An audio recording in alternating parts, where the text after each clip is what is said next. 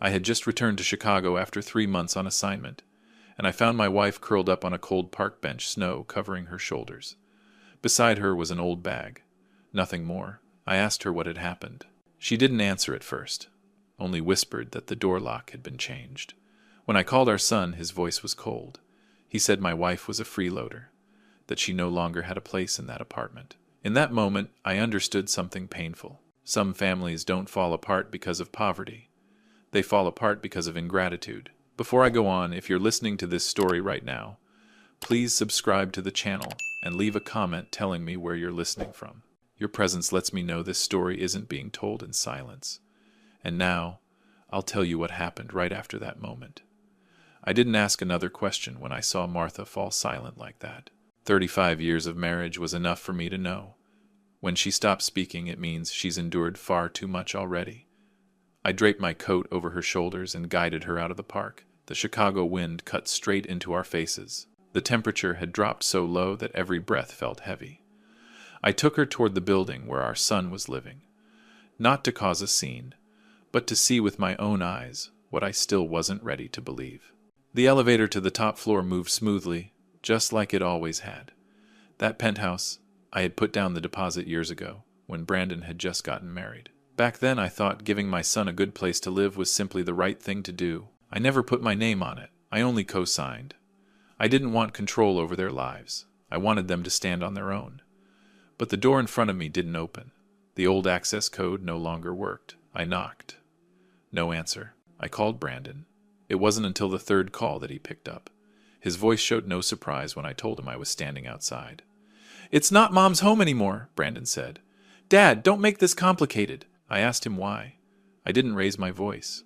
I just wanted to hear it. Brandon answered quickly, as if he had rehearsed it. He said his mother didn't contribute anything, only spent money. He mentioned doctor visits, pill bottles, the days her joints hurt, and disrupted his routine. He said the apartment needed quiet, needed image, needed order for his work. I stood there, facing the door. I listened without reacting. Maybe he thought I was considering his words. In truth, I was memorizing them. The door opened behind me. Tiffany stepped into the hallway. She didn't greet me. Her eyes passed over Martha, the way one looks at an old item left behind. In her hand was a plastic bag. She set it down on the floor, right next to Martha's feet. It was my wife's medication. "We're not a long-term care facility," Tiffany said. Her voice was flat. Not raised, not soft. Everyone has to take responsibility for their own life. Martha bent down to pick up the bag. Her hands were shaking. I saw it clearly. I looked at Tiffany. Then I looked at Brandon standing behind her, leaning against the doorframe like this had nothing to do with him. I asked one last time, "Is this the decision of both of you?" Brandon nodded. No hesitation. I said nothing more. I didn't argue. I didn't use words I would later regret. I simply pulled the elevator door closed. As it shut, I saw Tiffany turn away first, as if the matter was finished. Brandon didn't look back. Inside the elevator, Martha leaned against the wall. She apologized to me. She said she didn't want to bother anyone. She said she had tried to take care of herself. She said maybe she should have left earlier. I told her she didn't need to say another word. I took her to a nearby hotel, not because it was luxurious, but because it was warm. I asked the front desk for a quiet room. I asked for hot tea. I asked for a light dinner. I sat beside the bed and watched Martha sleep. Her breathing was uneven, but steadier. Only then did I allow myself to think. 3 months in New York had given me enough distance to look back. I had spent my entire life in engineering, used to systems, structures, causes, and consequences. I don't believe in random actions. What Brandon did that day didn't happen overnight. I remembered the short phone calls, how often he rushed to end them. The times Tiffany spoke for him, I had brushed it off as work pressure. I chose silence because I didn't want to become a burden. That night I didn't sleep. I opened my laptop. I reviewed the old co-signing documents. I read every line of the lease agreements. I realized many changes had been made without my knowledge. My name was still there, but my role was no longer the same. I didn't feel anger in a loud way. I felt a familiar coldness. The kind you feel when a system you thought was stable begins to show a serious flaw. I knew what I needed to do, just not yet. The next morning I took Martha to see a doctor. I waited outside reading the news like any other day. No one knew what had happened. To the world I was just an older man taking his wife to an appointment in winter. But in my mind, everything had already begun to move. I didn't want revenge. I wanted order. I wanted things returned to their proper value. And I knew that to do that, I needed patience. Brandon believed I no longer held any authority. Tiffany believed I was old and tired. They didn't know that for many years I had grown used to standing behind the scenes, watching, and acting only when every piece of information was in place. That night when Martha asked if we should go back and talk to our son, I answered only one word: not yet. Some doors once closed cannot be reopened with words. They require consequences. I didn't tell Martha what I was doing, not because I was hiding anything, but because she needed peace first. After the appointment, I took her back to the hotel.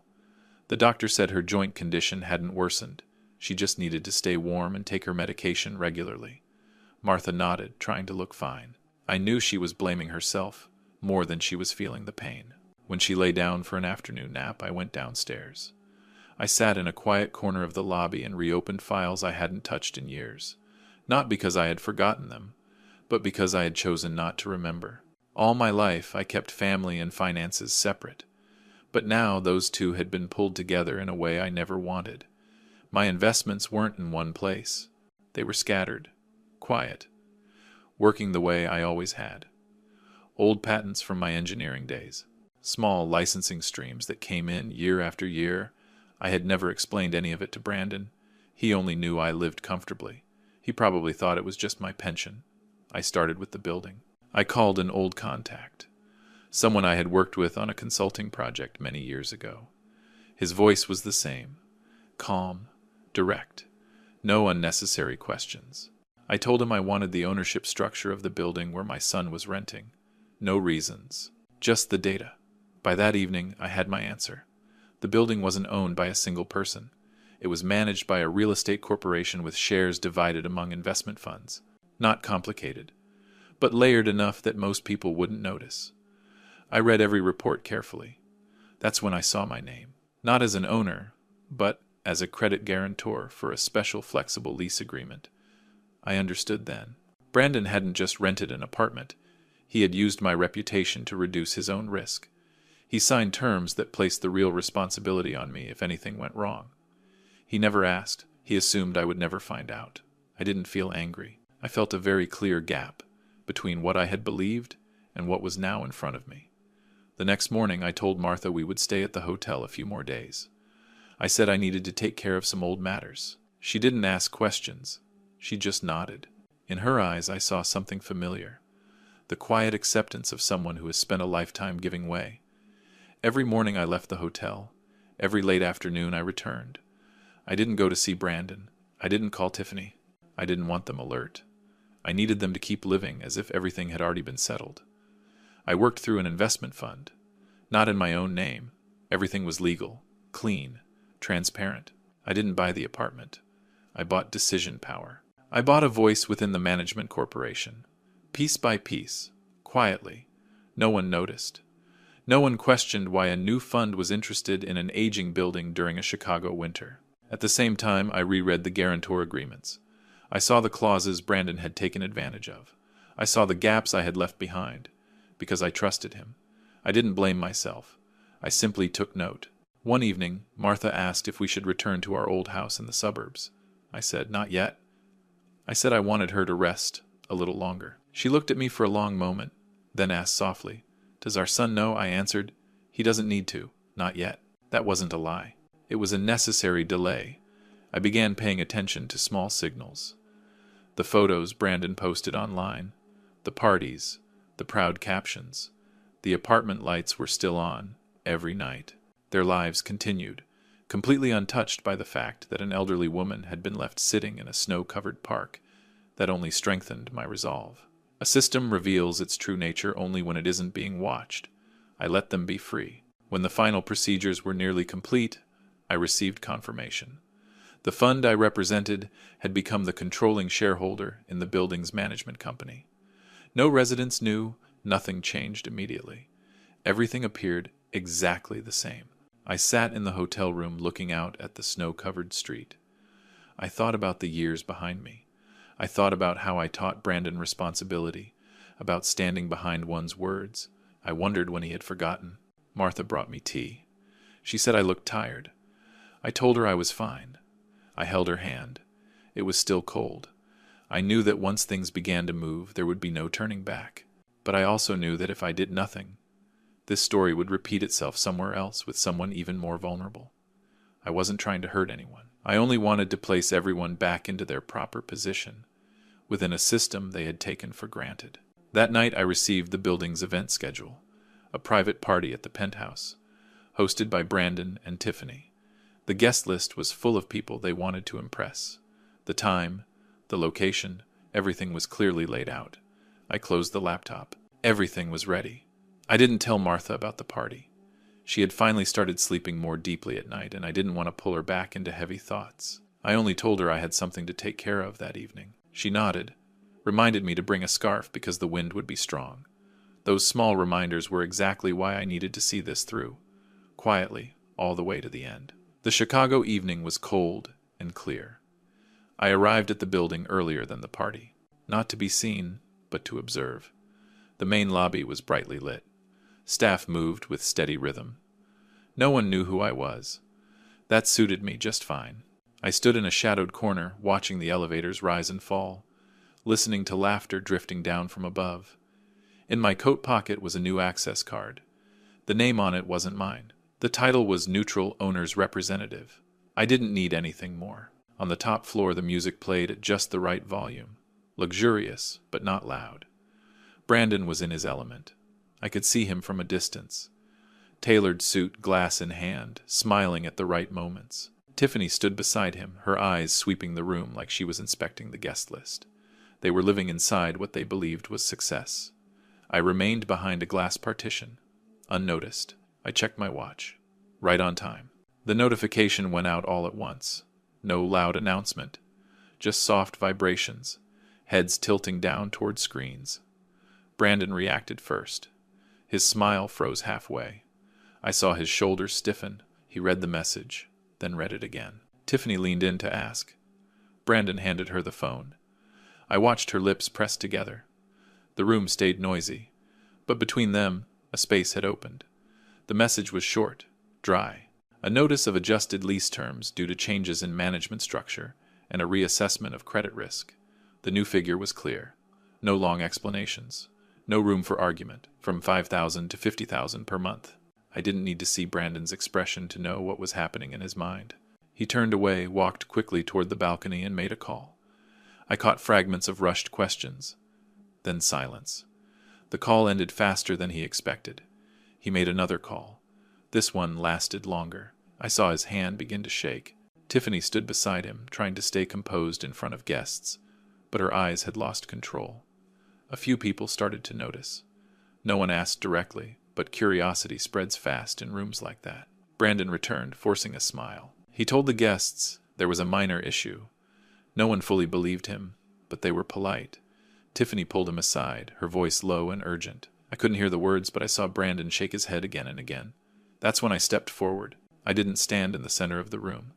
I stayed near the entrance, where the light was bright enough to be seen, but not enough to draw attention.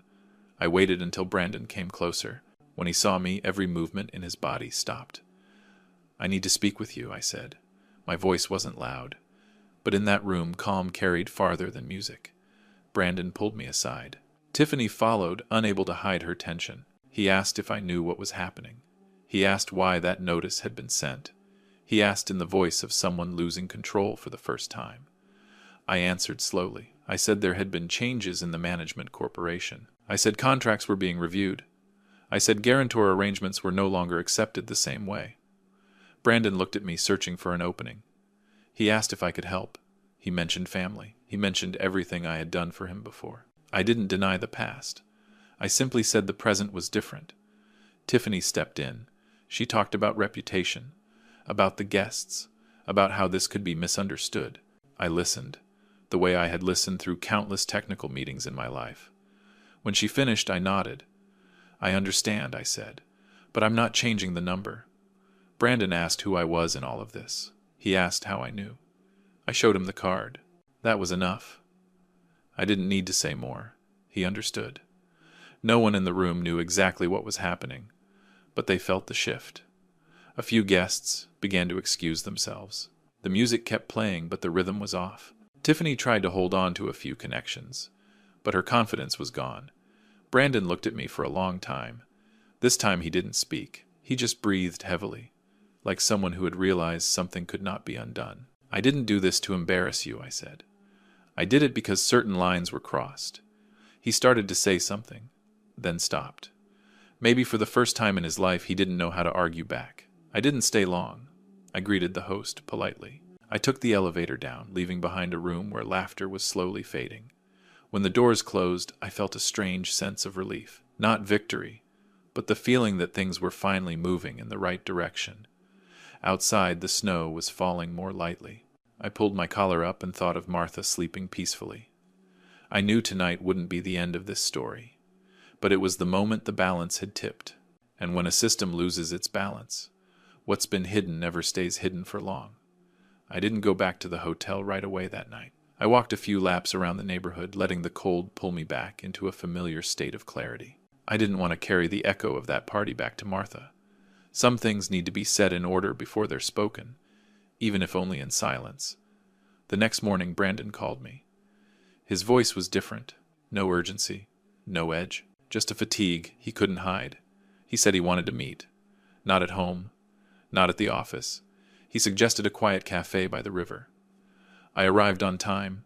Brandon arrived early. He stood when he saw me. An old reflex. I sat down. I didn't shake his hand. He apologized. Not long, not precise. He said things had gone too far. He said work pressure had made him lose control. Tiffany wasn't with him. I noticed that. I listened without interrupting. When he stopped, I asked one simple question. "Do you remember how that apartment was leased?" He looked away. I didn't wait for an answer. I took out my tablet and placed it on the table. On the screen were security recordings from our old house. I had installed the system years ago, for one reason only, so I could have peace of mind when I was away. Brandon froze when he saw it. In the video, he and Tiffany sat in the living room. No me, no Martha. They spoke casually. About money. About using my name as a guarantor. About buying time until I was no longer clear-minded enough to control my assets. They laughed. Not loudly, but clearly. I didn't let the video run long.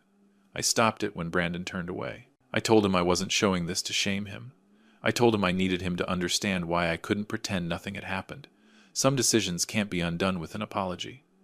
Brandon sat still. This time, no excuses. He asked me what I wanted. I said I wanted the truth placed where it belonged.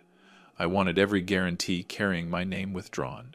I wanted contracts adjusted to reflect the risk they had created. He nodded, as if that outcome had always been inevitable. That afternoon, I called the fund's legal department. I asked them to proceed with the necessary steps. Everything moved by procedure. No emotion in the documents, only clauses and consequences. 2 days later, I received another call. This time, not from Brandon. It was from his company. They asked about my withdrawal as a personal guarantor for several financial obligations tied to Brandon. I confirmed. They thanked me and ended the call. That evening, Brandon called again. His voice was hoarse. He said the company had suspended him pending an ethics review.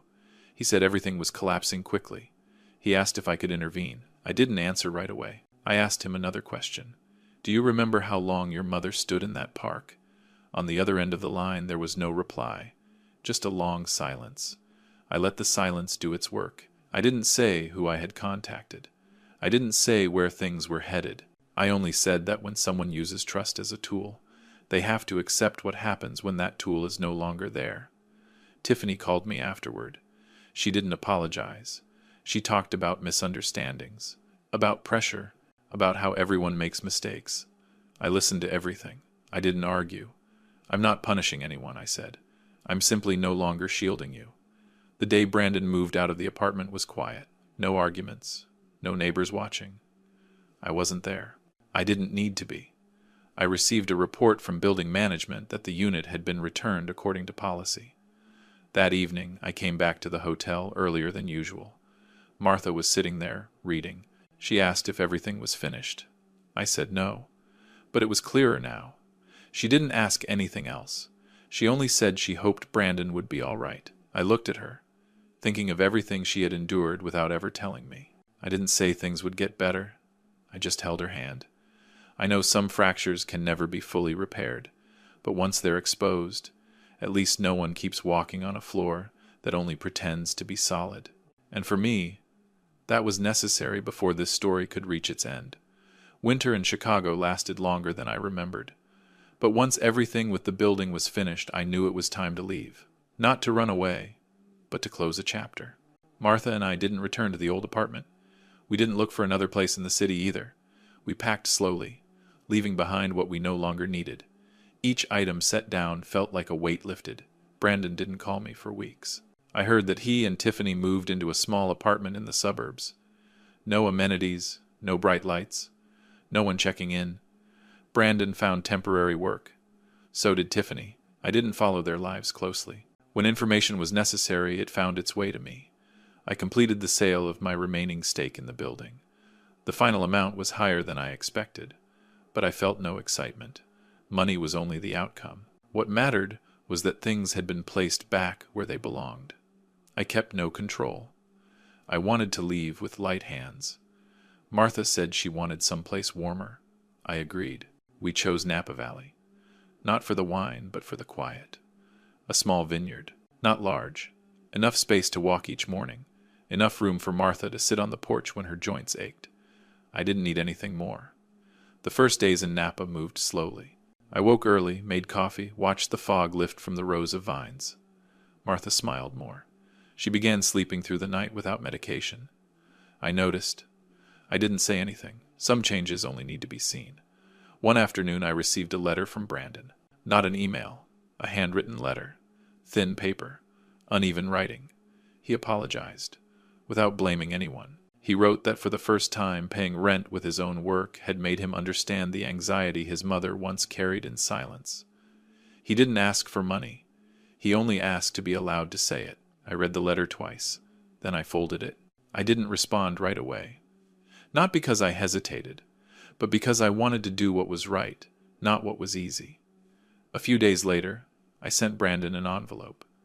Inside wasn't a long letter, just a copy of a bill, 3 months of rent, with a short note. This portion was once carried by your mother, in silence. No blame, no promises. At the same time, I finalized the paperwork for a scholarship fund. It didn't carry my name. It didn't carry our family's name. It was for students whose families had cut off support midway, not because of grades, but because of circumstance. I used the money from contract penalties. I didn't touch the rest. I wanted everything clean. On the day I signed the final documents, Martha sat beside me. She didn't read every line. She only asked if I was sure. I nodded. She held my hand, tightly. We didn't talk much about Brandon after that, not because we forgot him, but because we had placed him where he belonged. A part of our lives, not the center of it. Spring arrived early in Napa. Martha planted a small patch of flowers in front of the house. I helped turn the soil even though my hands weren't strong anymore. Each afternoon we sat and watched the sunlight move slowly across the hills. No one asked about the past. No one calculated the distant future. Once Martha said she still hoped Brandon would be okay. I said I did too. But I didn't say things would return to how they were. Some things once broken don't need to be reassembled into their original shape. A few months later, I received a short email from Brandon. He wrote that he had found a more stable job. No mention of money, no mention of hardship. Just a thank you for not turning my back completely. I didn't reply. Not out of coldness, but because I believe some distance is necessary for both sides to grow. One evening, sitting on the porch, Martha asked if I had any regrets. I thought for a moment. I said no. I said that if I hadn't done what I did, I would have carried that regret for the rest of my life. She nodded. A light breeze moved through the vines. No music, no noise, only the quiet we had paid dearly to earn. I don't see this story as a victory. I see it as a necessary correction. Family is not a place where everything is forgiven without limit. Family is a place where respect must exist, or it becomes nothing more than an empty name. When night fell, I turned off the porch light and closed the door. Martha was already asleep. I stood still for a moment, thinking about the road behind us. I no longer blamed Brandon. I no longer blamed myself. Some lessons arrive late, but they still need to be learned. And some people, only when forced to pay the price, finally understand the value of what they once dismissed. For me, that was enough to bring this story to a close. If you've listened this far, thank you for giving your time to this story. If it made you reflect, please like, subscribe, and share so others can listen as well. Your support helps stories like this continue to be told. Thank you for staying until the very end.